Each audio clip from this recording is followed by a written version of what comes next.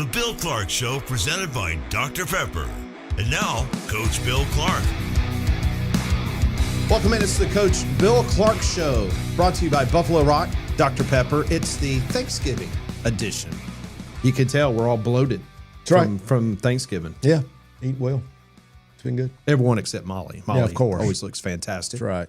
Me and you look like two guys that have been. I've got my sweatpants on. Yeah, that's right. I wasn't going to say anything. You need to be better dressed for the podcast. Thanksgiving. Yeah. All right, Coach. Rivalry week. And in all your years of coaching, whether it was Prattville, Jacksonville State, UAB, it's always a special time. I know it kind of means a little bit more for the coaches, especially the players, especially when you're playing an in-state rival like Alabama and Auburn. Yeah, there's those games you work for year round. That's the team you think about when you're doing the training and the sets and the reps and the running and they never leave your mind, especially when it's good, when there's some back and forth and there's been some wins and some losses. I still remember being at a clinic as a kid when they used to host the clinics in Tuscaloosa, and they had this tunnel you walked through around the practice field. Somebody had spray painted the score of the year before where Auburn had won the game. Did they really? And it just happened to be, I'm sure, some fan that got in there. But they had to go through that tunnel and see that day after day after day. And that's what it looks like. It's 365. Remember, I think I've told you the story of the countdown clock. Mm-hmm. So the first countdown clock, I was one of the first ones to have one at Prattville. And you know how I got it? The guy that came up with the countdown clock for Ohio State. Oh, so Ohio State had created a countdown clock, and he had two. He had one start of spring practice, and he had a year-round countdown clock to the Michigan game. So, of course, I took it, used it from, spring, summer, first game. Remember I talked about having the countdown clock when we first brought the program back, 500-something days to the first game. But that's what it looks like in a rivalry game. It's a constant thought. It's a constant countdown to these games. When you grew up in the state of Alabama, I'm not asking you where your allegiance was, but just how special the Iron Bowl weekend was for you and your dad, especially your dad being a football coach in this state. Yeah, it was so special and so fun, and obviously we had limited games, and that game always seemed to find its way on TV, and you had Keith Jackson getting to go to those games, and of course nothing like going in a split stadium, where you had Alabama fans and you had Auburn fans, and truly some great memories being at those different games throughout the years. All right, so let's talk about the actual game itself, because both Alabama and Auburn had what we call in the business as lettuce games or cupcake games, kind of leading into the big game. In regards to Auburn having a disappointing season, playing an interim coach, but their offenses looked a lot different the last few weeks. If there's an edge in this game to one particular team from an emotional standpoint, is it easy to say that it's Auburn? Gosh. I think there's emotions running on both sides. I think Alabama has got everything to play for, but I think we're hearing the rumblings about who's the head coach at Auburn. We've talked about, are they playing to maybe give him a chance to be the head coach? They've now all of a sudden rediscovered their offense, or discovered their offense, however you want to look at it. They had the open week 2 weeks ago. I mean, they've got tons of things going in their favor, and then playing at Auburn, we said it so many times, playing at that stadium with that crowd in this game, and I've been at that game, at a night game where we could not hear each other, and it was the whole game. So there's a huge advantage. There's a huge emotion going back to what Coach Dye did getting that game there. So maybe there is, and just being at home, and that's and obviously how they've played in games we didn't think they had a chance in the last few years, and maybe had the game won, just a few years ago. Well, the strength of the Auburn team has been DJ Durkin's defense, and I bring this up because Oklahoma had great success getting to Ty Simpson. 3 turnovers by Alabama. That was something that they had not done all season long. What have you seen in this Auburn defense that can present a problem for Ty Simpson and Alabama? Well, we started with their up front play. We started with the head coach being the defensive coordinator. He gives a ton of looks. He gives a lot of 7-man up. I wonder, now this is my question. I always talk about in reinventing, because people just say, well, why don't you just copy that? Yeah. Well, it's got to fit you. Where Oklahoma, that 3 safety look and make them have to run the ball. But I think South Carolina would be a game that Auburn, a lot of 4 down front, could go look at as somebody they would try and use with a good pass rush and the pressure and the really pressing them and getting up in their face. I think there's going to be a lot of things that Auburn looked at. I think that extra, I keep going back to that open date. That's going to be a big advantage. In regards to what Alabama could do to take advantage of some of the inaccuracies that Auburn has done or lack of this season, what could it be? Well, I think we're going to look at, who is Auburn now? What team are they? Let's go back to, what do you look at? When would you start really studying them? I think you're going to go back and look at the moment Coach Freeze quit calling the plays. He's done. Now we're looking at a new OC because it's a different mindset. We talked about they started running tempo. We started seeing the ball ran and thrown pretty equally, a lot more RPOs again. So we got a different quarterback. So there's a ton of things to look at. And then you got a little bit of a change last week with another quarterback, and he's got a different style. So I think those are the things that you're sitting there on the Alabama side saying, all right, who are they defensively? I think Alabama's going to, you're looking at Vanderbilt.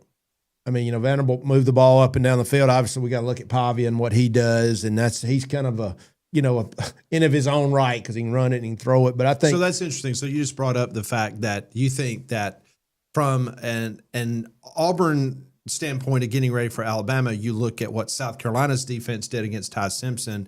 Meanwhile, Alabama would look at the Vanderbilt film in regards to what they need to do against Auburn. I'm always looking for who gave them the most problems. Now, granted, what do we want to do? We want to immediately address those problems. We're going to say anybody that's any good goes and looks at that. Sometimes, and this is what is always so hard, I always talk about the pros a lot. How does a team kill somebody one week? The team that got beat goes and kills somebody because matchups. Matchups are what remember the old the show that for years on Sundays NFL matchup. Yeah. But really that matchup, they had a great corner who could shut down this receiver, and all of a sudden that's a weak spot for us. So you're looking at that. You're looking at what the plan was, what gave them problems. That's what I did. Those were the games I really wanted to break down and go, why did they have a problem? The quarterback was injured. Oh, okay. Well, throw that out. But all things considered, they didn't have it. But like Oklahoma, they had an extra week to prepare for Alabama and understood them. They gave everything they did. They had an extra week to work on them. What did they do? They made them run the ball, but it also fit their scheme. Yeah. All right. So you've been in many of these games, and we hear the cliche all the time.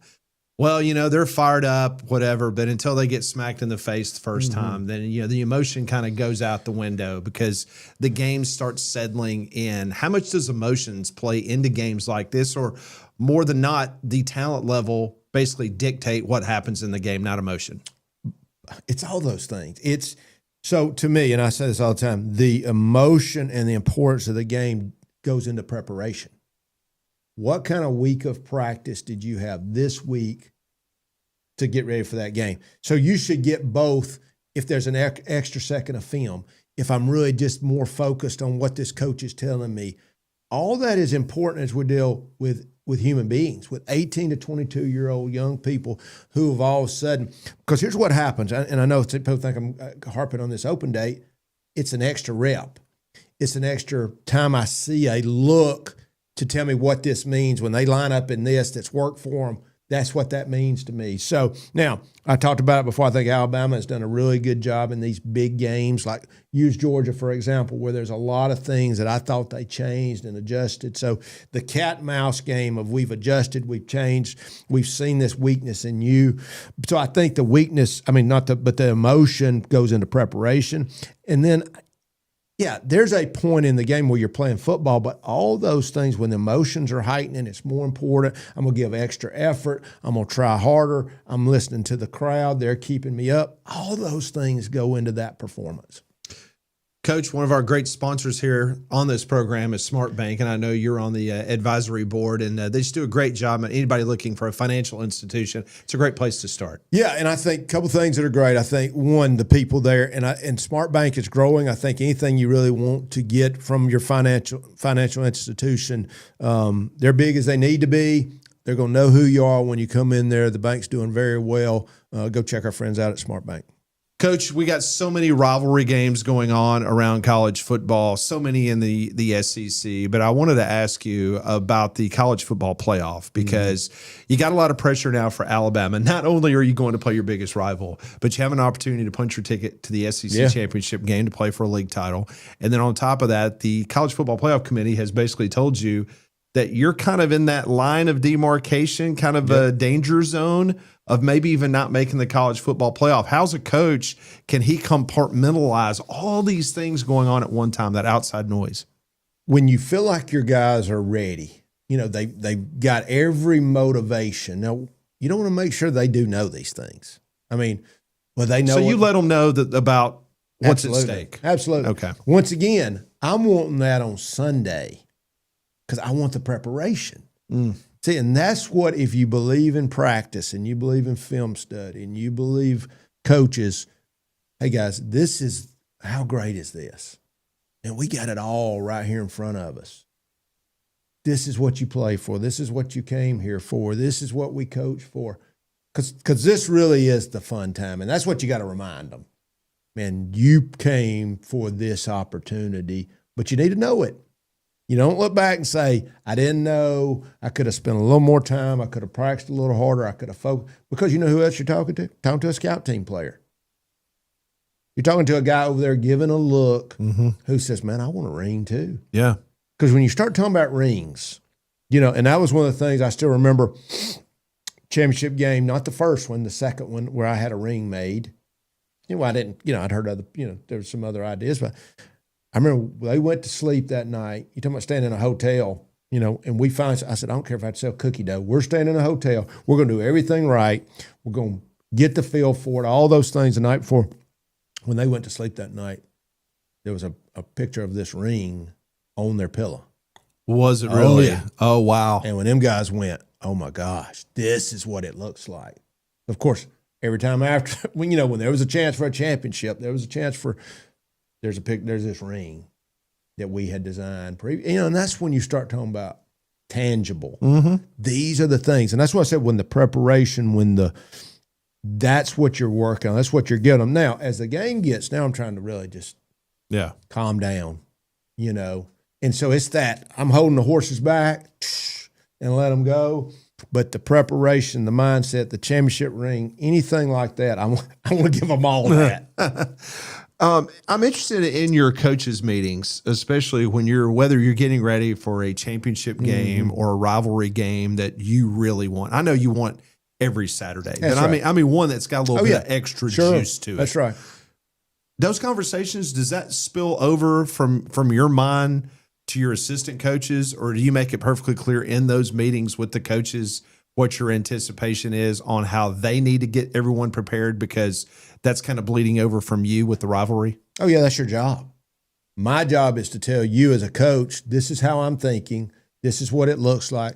This is our mindset. And I was a meet with the players every day guy. Not just wait till the after practice. And there were days where that kind of felt a little redundant, but I didn't want any doubt what I wanted Monday to look like, what I wanted Tuesday to look like, what I wanted Wednesday to look like, what is our mindset, how we're practicing, how we treat each other, all those things. There was a meeting every day for me because I didn't want to leave that into the hands of chance, where some people said, all right, I meet with them on Tuesday and thought, fine, I wanted them to all know, well, of course, the coaches. And I was a big meeting guy because I wanted there not to be gray area in anything we did. So we've talked about it. You know exactly where I'm coming from, why we do things the way we do, what the mindset, what the week looks like. Because what happens when you're prepared, you can feel good in that, and you can relax a little bit, and you can be confident. It's when I don't really know what's he thinking. How does he want us to approach this? And I got guys they've never been in that situation before. They're young. This analyst over here, this GA over here. How did I want him to act when he came in pregame meal? What's the mindset? What do we want to see? So I didn't want to leave anything to chance. We talked about it. We talked all those situations. I had a checklist for every Thursday, weather, overtime, name it. We talked about it. We went through it. If you can think of something, we went through it. So you're prepared. And if there was something, and people, what do you do about, I want something, if I saw something on TV, we've talked about this before. maybe on Thursday Night Football watching something, if there was something that caused a team to win or lose or something crazy. You made a note of it. I made a note of it and pulled it up on video. Special teams, the crazy play, the onside kick, the surprise, the pooch kick, the whatever that was, the fake punt. Mm-hmm. And I was talking to some coaches the other day that came to the house and talked some football, and I was talking, how do you prepare for a trick play? It's who's got deep. What do you say when that reverse comes behind the line of scrimmage? Who stays home for that? Mm-hmm. But it's preparing for the scenario. I can't get ready for every trick play. Yeah. The sweep, double pass. Somebody's got contained. Somebody's got deep. It's that same mindset of preparation allows us to play fast, play with confidence. That's how you don't feel pressure, because we prepared. Yeah. In any particular time in your career, and you don't need to tell me the game, if you remember, great. Was there ever a case where maybe your emotions were too much and maybe you felt like it affected your team in a negative way getting ready for an opponent? Yeah. I mean, I think you try not to relay any nervousness. I thought Elko said it great the other day. You're trying to be opposite. You're trying to be opposite. And I think that was a great statement. They're two up. I'm going to calm down. And so same thing with you. I mean, listen, and I saw, I don't know, did you see the thing where Steve Young, it was just somebody, you see it on social media, it was the video, I don't know why it came on, but it was Steve Young when he won his first Super Bowl, and they were showing him, he's pointing to his back, they were pretending to get the monkey off his back. Right. I mean, look what we do. Oh, he can't win the big game. Yeah. Oh, Alabama, Auburn, whatever that is. Let me tell you, I mean, you're a fan too. You're listening to, you can try not to listen, but so those things that might put pressure or extra pressure, what's the right amount of pressure? And that's what you got to gauge for your team, because a little bit of it is good. And I still remember, like I said, going into the stadium, and it's like big eyes. That's what I didn't want. I want them to embrace, and that's what we talked about, great teams. How do you play on the road? Man, that's when it's fun. It's us against the world. It's us against the world. And we should be better on the road. Yeah. Well, in regards to these rivalry games, we've talked so much about already on this show today, but to me, it seems like the team takes on the attitude of their head coach. Yeah. And that's one thing I've noticed from Alabama this year is that Kalen DeBoer is a little bit more animated. Yes. And guess what you're seeing from the Alabama football team? You're seeing a good animation. We're not seeing guys getting additional 15-yard penalties and doing bogus stuff. You're seeing, again, the DNA of Kalen DeBoer is finally showing up on that football team. Well, we called it on this show. The week after Florida State, we started talking about it. I'm like, he's different. He had to be. And he realized he's in a different world. You're not better than 2/3 of your opponents or whatever that is. Doesn't mean he hadn't done a good job, and doesn't mean he didn't work his way up and all that, but it's nonstop. They're looking at you. They need you. You're the one, because everybody's good. Everybody's well coached. Everybody has the resources, and you got to bring it, and you got to bring it, and you got to bring, and it's exhausting, but that's what it looks like. And you got to bring the intensity, the animation, whatever's called for, which is why him getting his OC allowed him to become more of the head coach.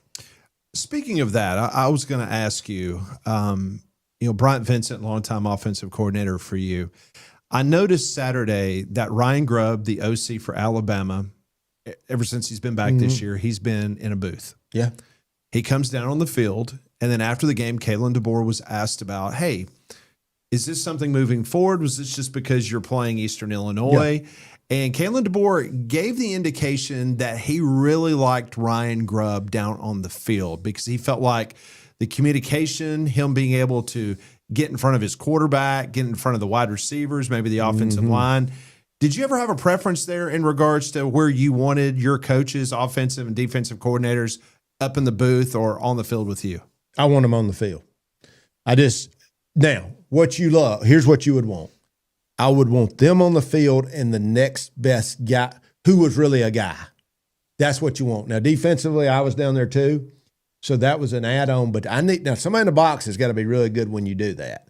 They've got to be telling you what you're seeing, who's the personnel, so many things. But when you have that, and if you train that way, you should have it, and especially with the money they have and the resources, they should have a great number two, right? But the fact to get into the emotions of the sideline and the changes that happen, especially you got the video of the opponent. So there's the guy calling the play, sitting there with the players going, look, they were in cover 2 right here. They were doing this. This is what this means. I want him on the field. And I just, to your point, that's what I want. Well, it was interesting to me, and again, I'm a novice. I just cover it, never coached it like you have. But I'm sitting there and I'm putting 2 and 2 together because I'm thinking, okay, the next game they're at Auburn, which is a very difficult place to play. And I'm not saying the communication from a press box to the field is going to get lost anywhere. And I'm not saying you're going to have technical difficulties, but it just seemed like to me very interesting that before you make your first ever trip to one of the toughest places, in my opinion, to play in the Southeastern Conference, it's almost like I want Ryan Grubb down here talking to Ty Simpson, talking to Jeremy Bernard, Jam Miller, Caden Proctor on the offensive line. He needs to be out here, and they need to see him face to face to get that emotion through. You were 100% right. That's what it was. Okay. That was a warm up. They probably felt like they were losing emotions. And now you've got the head coach who stepped back into the head coach role. So they may have felt like before, hey, he's really just another offensive coordinator. Well, now he's in the middle, and they said, oh, shoot, we've lost that. Right. So they just swapped the Grubb and our number 2 man, who was the caller last year. I'm sure he's up. He's down. Yeah, because he's been down. So they just made a swap. Yep. So Sheridan was down the whole time. Yep. And now potentially, I guess they make that switch. That's what you do. But doing it the week before, they got a dry run.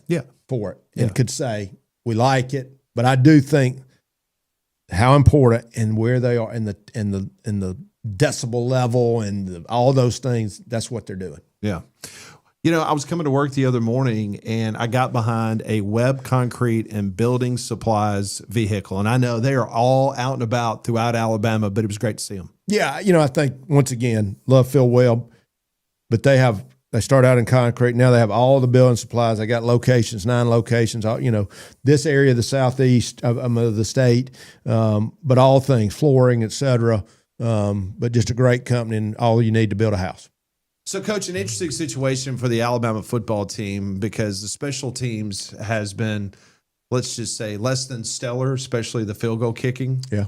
Connor Talty has hit 61% of his field goals this year. So I beg to question about Alabama coming into this game. They have gone for it on 4th down 27 times this year.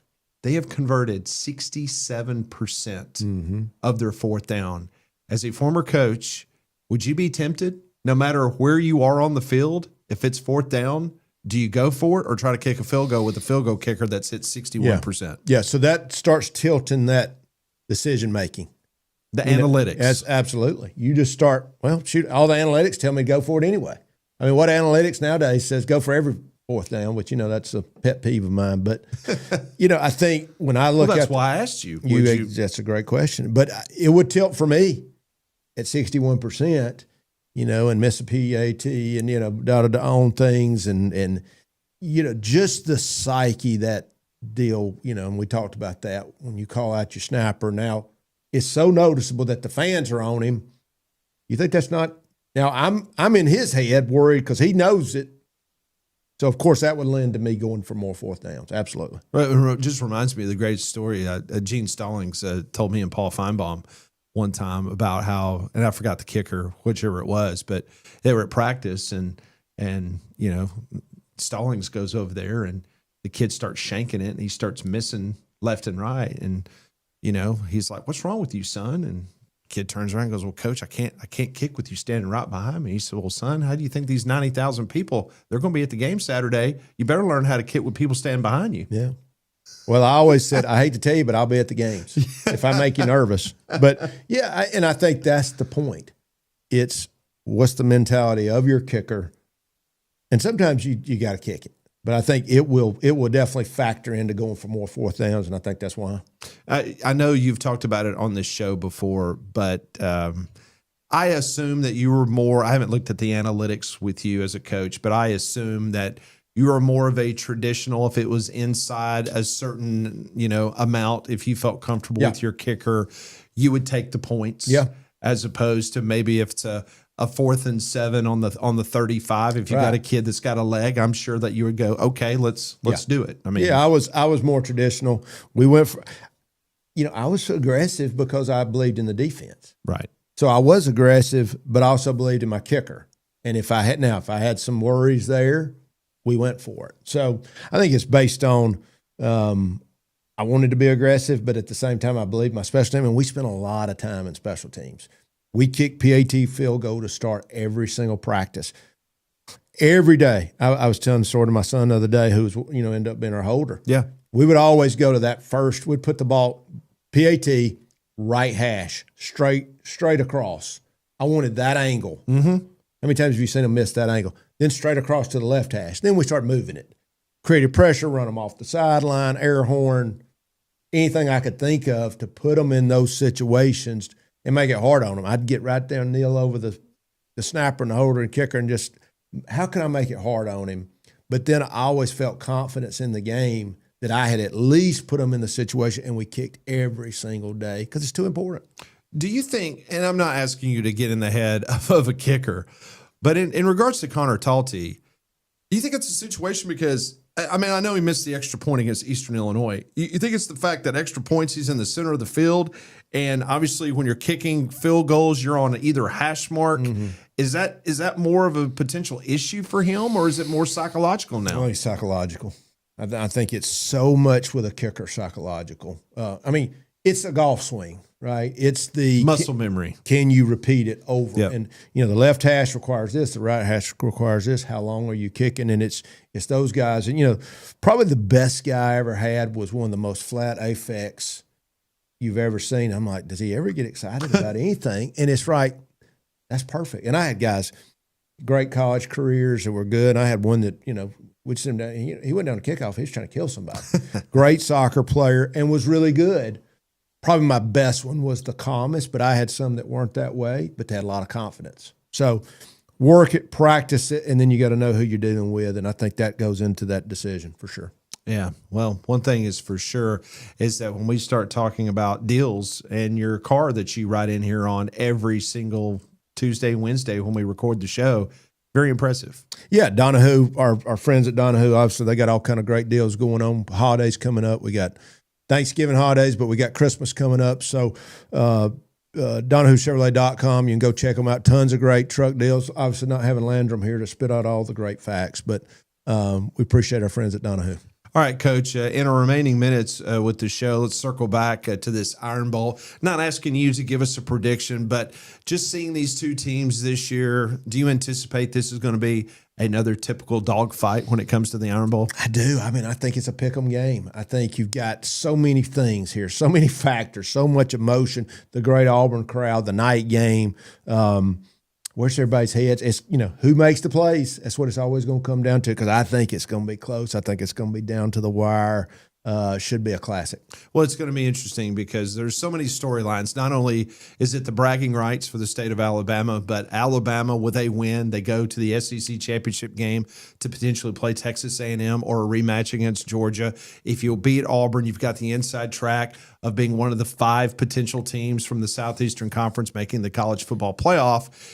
And if Auburn wins, then all of a sudden you've got momentum as a football program because you're bowl eligible and you've knocked your biggest rival out of all of those things that I just laid out. Yeah, and who is this Auburn team now? I think we kind of know who Alabama is, but who is Auburn? The team that all of a sudden has an offense now. Mm-hmm. Where's their defense? Their defense seems to have stepped back a little bit. So what team is going to show up in this environment? Like I said, it's really going to be historic.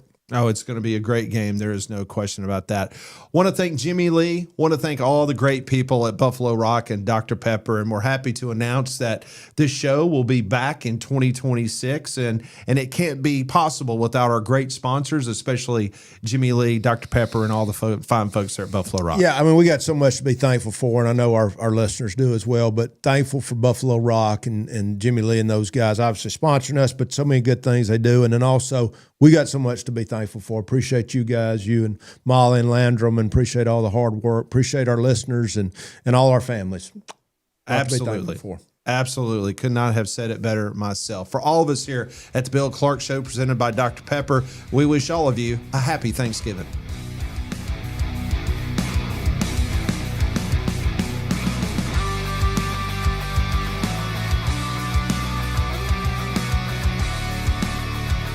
This has been the Bill Clark Show, presented by Dr. Pepper.